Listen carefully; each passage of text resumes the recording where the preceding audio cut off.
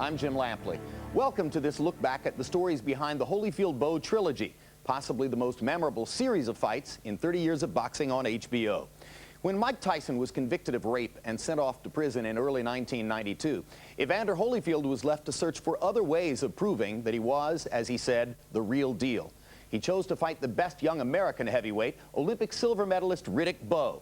What followed was the greatest heavyweight trilogy since Muhammad Ali and Joe Frazier. As heavyweight champion, Evander Holyfield prepared to meet Riddick Bowe in 1992. He was regarded as an undersized overachiever. As a light heavyweight in the 1984 Olympics, he suffered a controversial disqualification. As a pro, he won the 190-pound title, which had little public appeal. Though lacking the natural size of a heavyweight, Holyfield set his mind to conquering that division as well. My coach told me at 8 years old that I could be the heavyweight champ of the world. I hadn't reached a goal. If I would have just stayed the junior heavyweight champ of the world, been undefeated and retired. He had the skills and smarts, but what made him special was his belief that he could break his opponent's will, no matter his size. I chose to be insecure about what I thought the people would say. I wanted to prove to the guy, you hurt me, I'm gonna hurt you back. Holyfield always talked about how he would box, and then of course he would get hit and he would start a brawl, and that was his nature. The bigger his opponents, the bigger his will seemed to grow. There was a moment in the Holyfield-Foreman fight. Another left hook and a right. When Evander went after George and landed 18, 19 punches in a row. He just wasn't going to take no for an answer. But his inability to KO former champions Foreman and Larry Holmes seemed to confirm the view he was an outstanding fighter, but not the type of dominant heavyweight fans preferred. People thought of him as a blown-up light heavyweight, a blown-up cruiserweight. There was this thought that he was just holding on to a title that still really belonged to Mike Tyson. Tyson had lost the crown, perhaps the biggest upset in boxing history, to 40-1 underdog Buster Douglas in Tokyo. 8 months later, Holyfield won the championship by knocking out Douglas in the third. Still, respect was elusive. And they said, the only reason why you won that because this guy was overweight. And I knocked him out, but people said, well, Tyson hit him harder than that. After a dynamic powerhouse like Mike Tyson, Evander Holyfield wasn't appreciated for the great fighter he was. It was hard for people to accept that someone can be the heavyweight champ of the world and not be as big a puncher as Tyson. Only a fight with Tyson could convince the skeptics, and one was scheduled for November of 1991. However, delays, caused first by an injury to Tyson's rib and later by his rape conviction, deprived fight fans of the most eagerly anticipated heavyweight fight in years. With Tyson in prison, Holyfield scheduled a giant of a young fighter from Tyson's neighborhood in Brooklyn, the unbeaten Riddick Bowe. There were questions about Bowe's qualifications. The knock on him was that he was lazy. There were rumors all the time. He had to be barred from going to the kitchen during training. It was difficult to get him to get up and do his road work. I was with Riddick when he was an amateur, and we had a lot of fun, but he never showed the drive to be a champion. Louis had brought him in as a sparring partner for Tyrell Biggs. Tyrell was beating the living shit out of him every day, primarily because he was just going through the motions. But no one questioned Bowe's pure talent for fighting. We knew that he had the size, we knew he had the speed, we knew he had the strength and the talent. What we didn't know was whether, when the going got tough, whether he was going to be able to step it up. As he showed against trial horses Pierre Coetzer and Bigfoot Martin, Bowe was not the usual plodding giant. Taking on Holyfield for the title, however, would require a new level of commitment. He was the guy that I boxed when I was an amateur, he was a professional. But I knew that from his attitude and his makeup, when you fight a guy like Evander Holyfield, I'm gonna tell you, Evander comes to get it. So I never underestimated him. You never saw a more focused, more serious Riddick Bowe. It was perhaps the best training camp that we've ever had. Bowe was ready to fight for the title. A crowd of 18,000 awaits the 4th title defense for Evander Holyfield, a defense which now becomes the biggest test for respect in his 2-year reign as champion. On November 13th, 1992, the challenger appeared ready, but few anticipated the ferocious encounter we'd see that night. The question in the air was, how would Bowe deal with the kind of pressure and firestorm that Holyfield was capable of bringing to him? And they brawl in the center of the ring. Bowe has answered some questions early in this fight. He is showing a real willingness for combat. Holyfield intended to box and flurry with Bowe, as he had against Douglas, but that plan was quickly abandoned. He hit me so hard, but because of pride, I stayed there so long, both my eyes were swollen up so I couldn't see from the outside. So it's just a night of me standing there toe to toe. Fighting at this furious pace, many felt Bowe would wilt. Riddick Bowe used to be my sparring partner. A smart fighter, good hand speed, inside and outside. But he was known for running out of gas. The left and a right by Holyfield and the left. These are solid shots, but the champion does not seem able to hurt Riddick Bowe. Now, why didn't he run out of gas? Round by round, the excitement was building, but it was the 10th round which took the fight into the stratosphere. Bowe stuns him with an uppercut, and just like that, the champion struggles to stay on his feet. What a heart by Holyfield. He's gonna stay on his feet. He's hanging in there. He hit me with an uppercut. Oh, it just a shot. Oh, you know, all of a sudden, you know, I know that I'm hit. Now I go on defense, and he's swinging for life. Gets away from a right hand, blocks another one. Bowe throwing and throwing, now goes to the body. Holyfield somehow standing up. Riddick laid so much punishment on Evander in the first minute and a half of the round that it was pretty hard to fathom how Evander was standing up. Joe Cortez watching. Champion gets the benefit of the doubt. It was just a matter of him getting hit one more devastating blow before I would have stopped it. However, Holyfield has been known to get staggered and come back. If you can feel the pain, then you're still in the game. It's when you don't feel the pain, you out. This damn pit bull from Georgia would not go down. Evander Holyfield's incredible powers of recovery once again on display. And all of a sudden, the storm got quiet. Uh-oh now. Oh boy, I'm gonna hurt you. All of a sudden, he had Riddick on the run, and for the last 30 seconds of the round, you're wondering how Riddick is going to finish. Look at Holyfield. What a warrior. Reversing the tide of the battle. The champion now has Bowe wobbling. And he lands a right hand. Everybody in the Thomas and Mack Center on their feet. A right hand by Holyfield. And another. Round 10 continues after the bell. Now, when the bell rung, I said, man, I just had 10 more seconds. Now, in the whole fight, now that's the only round that I was wishing that it could have been a little bit more time. I said to myself, this cat here, you all right. I was impressed with him, you know. Pat him on the stomach at the end of the round. I mean, that's a good round, you know. They both survived the storm, but it took more out of Holyfield than Bowe. Holyfield was floored in the 11th. Oh, Holyfield in serious trouble now, and he's going to go down. Again, Holyfield proved his resilience.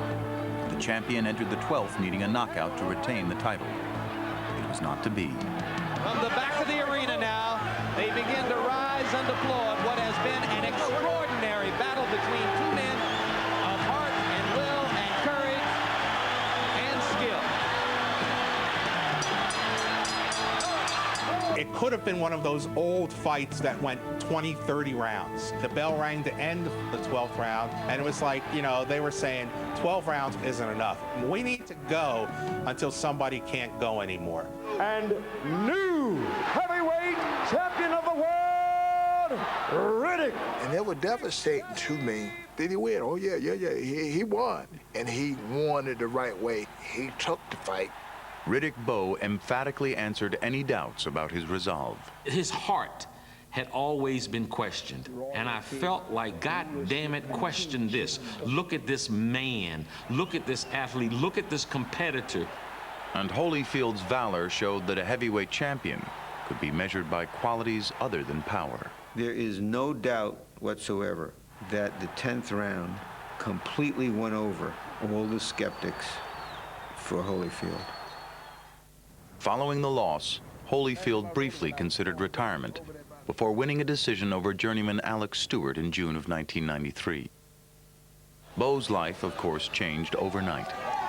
The heavyweight championship is what you make of it, and Bowe's manager, the newcomer Rock Newman, intended to make a lot of it. I remember thinking, Rock Newman has a heavyweight champion. We're going to see some entertaining things.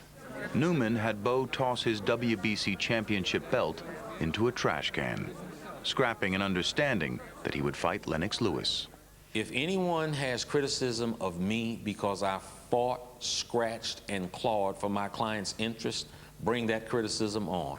To further promote the personable new champion, Newman took Bowe on an Ali-like world tour. It expanded Bowe's horizons and his waistline. I got a chance to meet the Pope. I was in Somalia, I was in Germany, I was all over the place. By the time you get through traveling all over the world and shaking people's hand and smile, and you don't get a chance to train. Rock Newman is a smart guy who thinks out of the box, and he was going to try to market Bowe as a world figure. He outthought himself. To this day, a defiant Newman disagrees. In spite of the fact that many say that the world tour had something to do with his problems, he came back, he went into training, he fought Jesse Ferguson in May. It is a fight that Eddie Futch says that he thought that Bowe looked better than he had ever looked, ever. Whether or not the world tour adversely affected Bowe, a bigger distraction was a constant battle of the bulge. Bowe was not a partier, was not a drinker, smoker, or drugger. What he did is he gorged himself. If there was a piece of cake over there that was, you know, telling me to come get it, I went and got it. It was clear when Bowe met Holyfield for the rematch that Bowe did more eating than training. It's more than just the extra 11 pounds. He looks softer all over, right, George? He is not proud of his body tonight. Holyfield added 12 pounds, but it was all muscle, demonstrating that his hunger was only to recapture the title he had lost. With new trainer Emanuel Stewart, Holyfield agreed to stick to the strategy he abandoned in the first fight. I says, we're going to beat him with rhythm, speed, techniques, moves that would make Riddick Bowe's larger size become a handicap instead of an advantage. The change worked, as Holyfield dictated a more deliberate pace in the early rounds. Holyfield has got the fight in his hand now. He's double jabbing. Everything he does, he moves first and then he retreats good afterwards. By adopting a different strategic tack, Evander had thrown Riddick just enough off balance to make it a different fight. He was standing out of harm's way. He kind of frustrated me with his movement. Bowe throwing one punch at a time. I was counter-punching, then I was able to lead. That second fight was, you know, it was a masterpiece.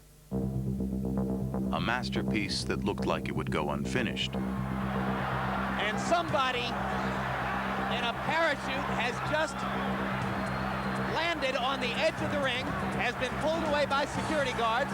The fight has been brought to a halt. There's a massive melee at ringside. I see this guy come crashing into the rope.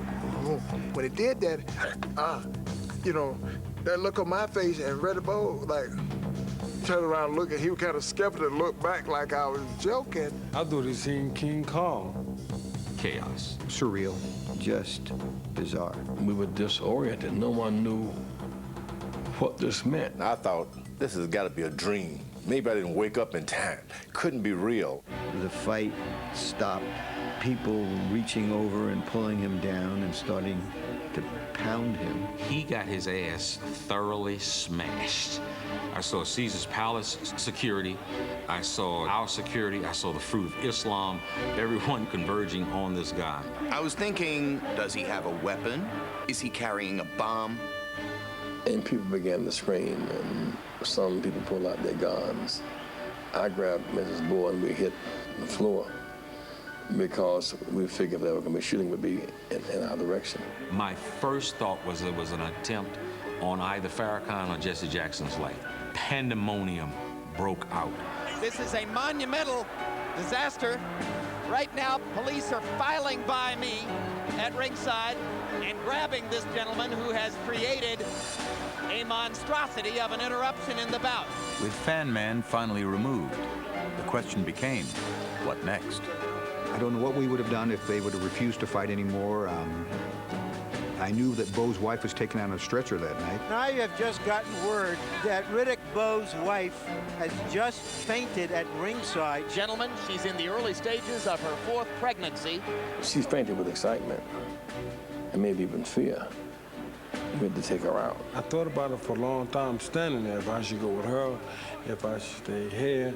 To the extent that we could have some coherent discussion, it really focused on him feeling a need to get out of the ring and go be with his pregnant wife versus whether or not he should stay there and fight and try to defend his title. I never wanted people to say that Riddick Bowe was a quitter. He could have continued to fight, but he got out the ring or whatever the case may be, so I didn't want to open that door. After a 21-minute delay, the fight resumed in round 7, already in progress. 1 minute, 50 seconds remain in the round. Well, I suppose that if a wasp came into Picasso's studio and stung him on the nose, he'd go and get some ice and go right back to his easel, and that's what the fighters did. Who had benefited from the delay? Bowe saw his wife in distress. Holyfield saw a weary opponent get a rest. If it wasn't been for that man that flew in, you know, for a short night. When the fight resumes, he come out there, he started throwing punches. I was overwhelmed. It takes me damn it to end the fight to get warmed back up, and by this time I'm behind on points. I realized that what I have won is 6 rounds, but you know what? The fight is over after 12. Left-right combination. Bowe misses with the uppercut.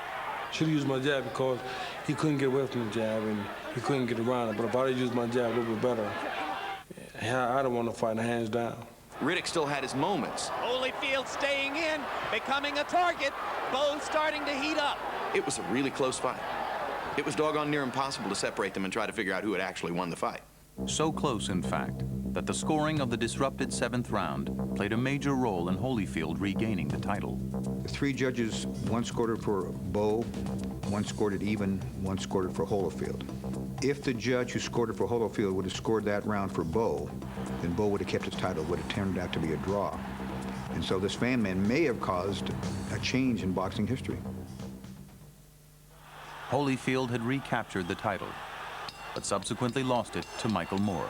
During the course of that bout, major health concerns arose. Rub my shoulder, my left shoulder. Rub his left shoulder. My left shoulder. Evander complained of pain in his shoulder. He developed some shortness of breath, and there appeared to be an obvious problem with his heart. I'll read it. He was transferred back to Emory, and they concurred. They showed a model of his heart and talked about the problems. What we see with his heart, though, is the elasticity is not quite normal, that it doesn't expand as easily as we would expect a heart to do. Not satisfied with these conclusions, Holyfield visited a faith healer and pronounced himself fit to fight. The Nevada State Athletic Commission, however, needed medical evidence. I'm a medical guy. I can only look at black and white and a database.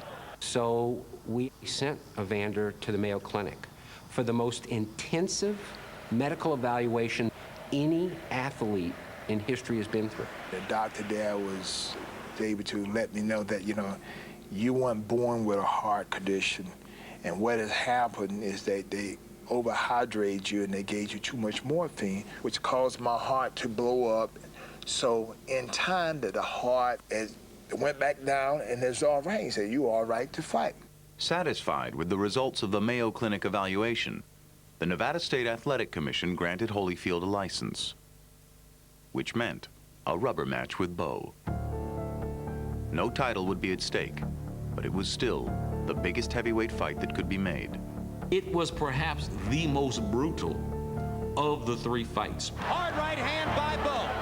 Holyfield comes back with a left. They both absorbed a tremendous amount of punishment. A persistent theme in the trilogy, punching after the bell. Holyfield was quickly exhausted, raising concerns that his heart was in distress again. This is a very dangerous fight as far as I'm concerned for Evander Holyfield. This man is not able to catch a second win. This man is going to end up in a pine box. I understand the frustration and the concern of George Foreman. Say, you know, this guy gonna die, but it wasn't my heart. But what it was something that could have endangered his life by weakening him in the ring. Recent revelations explain Holyfield's fatigue. I wrapped his hands every morning. He was sitting there and his eyes was yellow as I don't know what. I said, man, what's wrong with you? I didn't know it till after the fight, but Evander had contracted hepatitis. I ate some seafood and got hepatitis A, and my doctor told me, you shouldn't fight. Your energy level gonna go up and down, up and down. Despite being diagnosed with hepatitis A, Holyfield chose to fight. By round 5, he appeared to be finished. Holyfield taking a couple of heavy shots. Holyfield is really hurting. He just became 33, going on 53. It looked like he was all through as a fighter, like he had spent so much to prove what he had proven. I recall thinking the end is near for Holyfield. And then, early in the 6th round, Down goes Bowe. Evander threw a left hook to the body, threw a left hook to my shoulder. Ain't no big deal. Boom! Everything went blank. As promised by his doctor, though, Holyfield's energy surge wouldn't last. And now Holyfield seems to have run out of gas. He was hurt, and I didn't do that because I didn't have the energy to finish. He let Bowe off the hook. Had Holyfield been able to hurt Bowe a little bit more in that round, I would have had no choice but to stop the contest. I was disappointed myself. I had the courage to get in that ring that way. But when it came to the final test, to just throw in a few punches and not worry about how I felt, I didn't do it. Holyfield had one more energy surge in the 8th round. He was capable of those 20 seconds of throwback to what you had seen before. Hard right hand inside by Holyfield, and now down goes Evander. And then just as suddenly gone again. Third knockdown of Holyfield's career. Here comes the 4th, and that's it. There was this shell of Holyfield there in the ring where Evander's flaming spirit had once been. With that, the trilogy came to a close with Bowe having won 2 of the 3 bouts. The boxing world was witnessing the beginning of an end, a surprise end. I always figured Holyfield would be the guy who'd come out for the worse.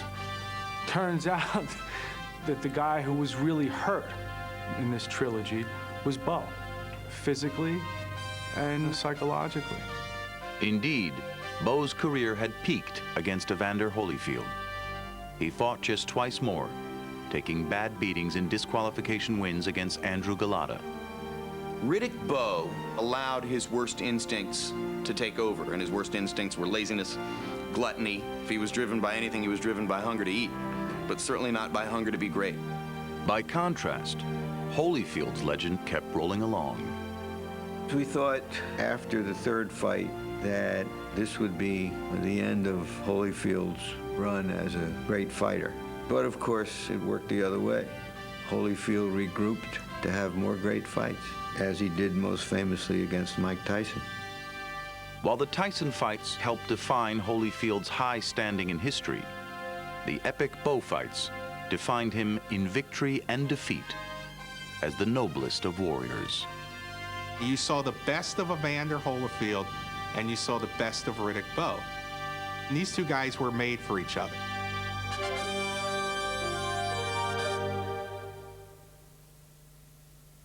It would have been impossible for anyone to foresee that the seemingly spent shell of Holyfield we saw in that 3rd fight against Bowe would knock out Mike Tyson just 12 months later. It might have been equally difficult to envision the demise of Bowe, whose 2 ensuing fights with Andrew Golota were as bizarre in their way as Fan Man's flight. As for the man on the paraglider, James Miller was found dead on a trail in Alaska at age 39 in March 2003. Thanks for watching The Tale of Holyfield Bowe.